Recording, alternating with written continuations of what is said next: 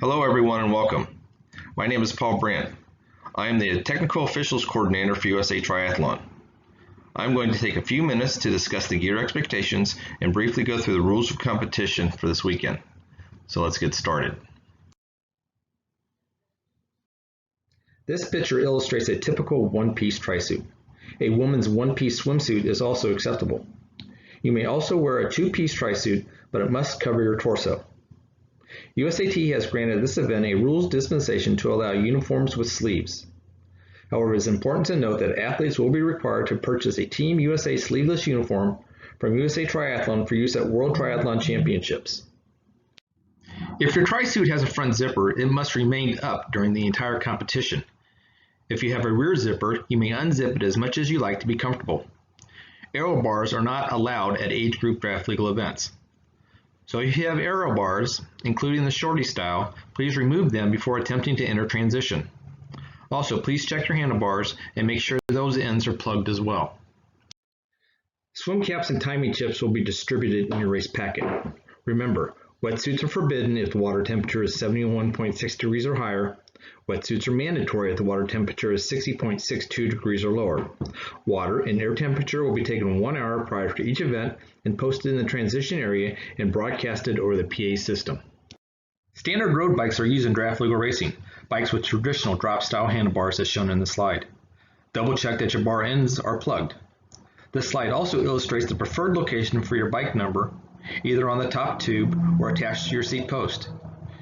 You may use any brand or type of wheel that you like, as long as that there is a minimum of 12 spokes and both wheels are the same diameter.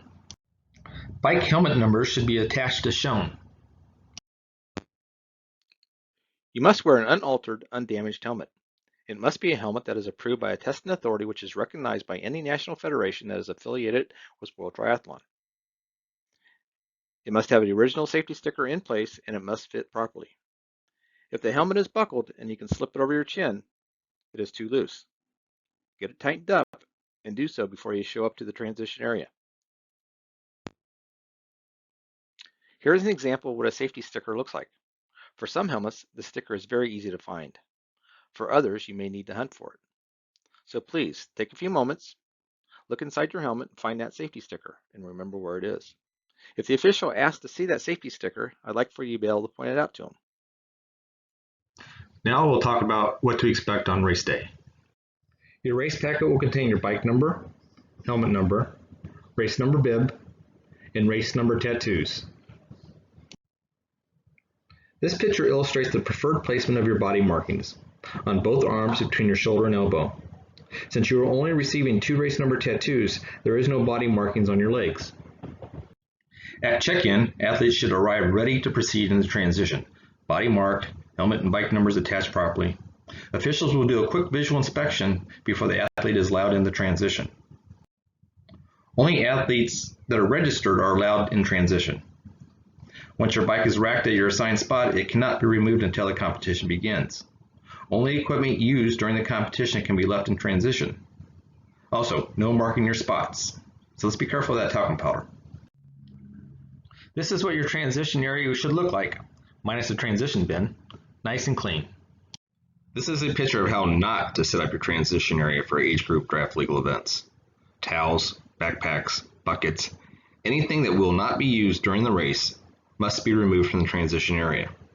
Only equipment that will be used, such as shoes, sunglasses, hat, water bottle, are the things that can stay. Swim caps must be worn and will be distributed in your race packet. Athletes will have a swim warm-up prior to their event. Athletes will be called to the start line. Once called to the start line, athletes will select a position and stand directly behind it until the race begins. The official will start the race with the following commands.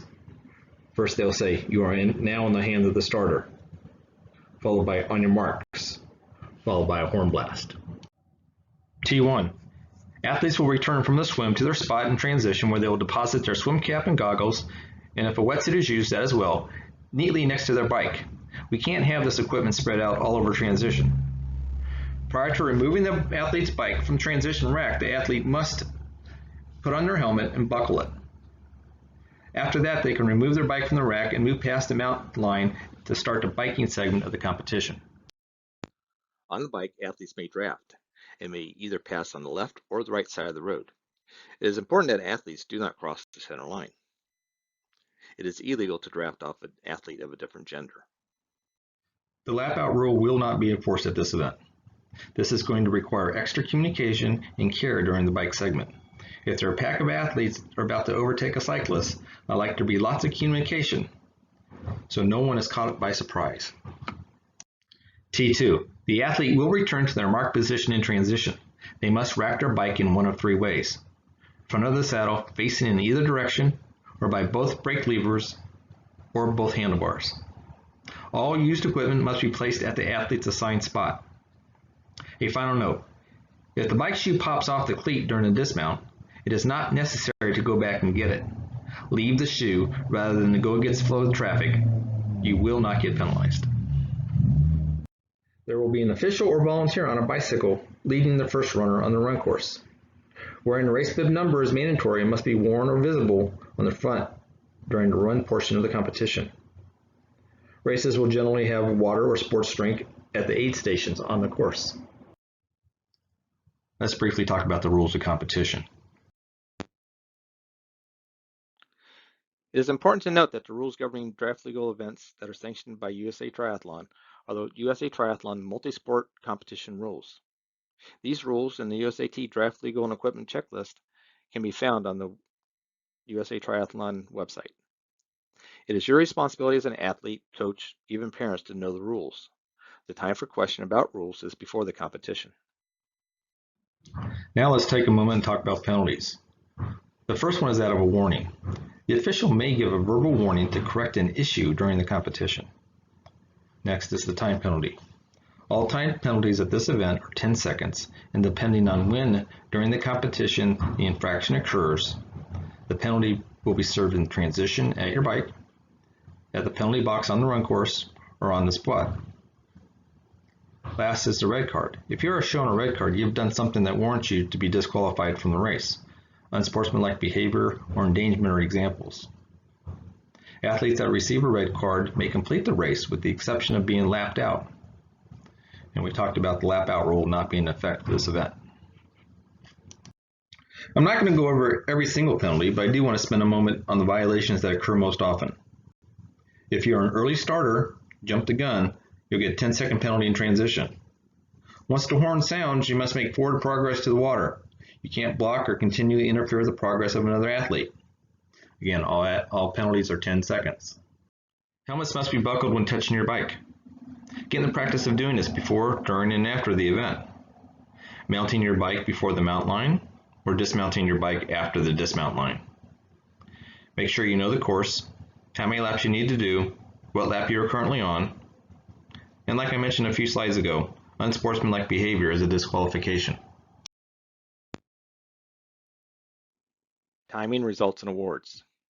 This may seem obvious, but the competition is won by the athlete who has the shortest time from the start signal to the moment when the athlete's torso crosses the finish line.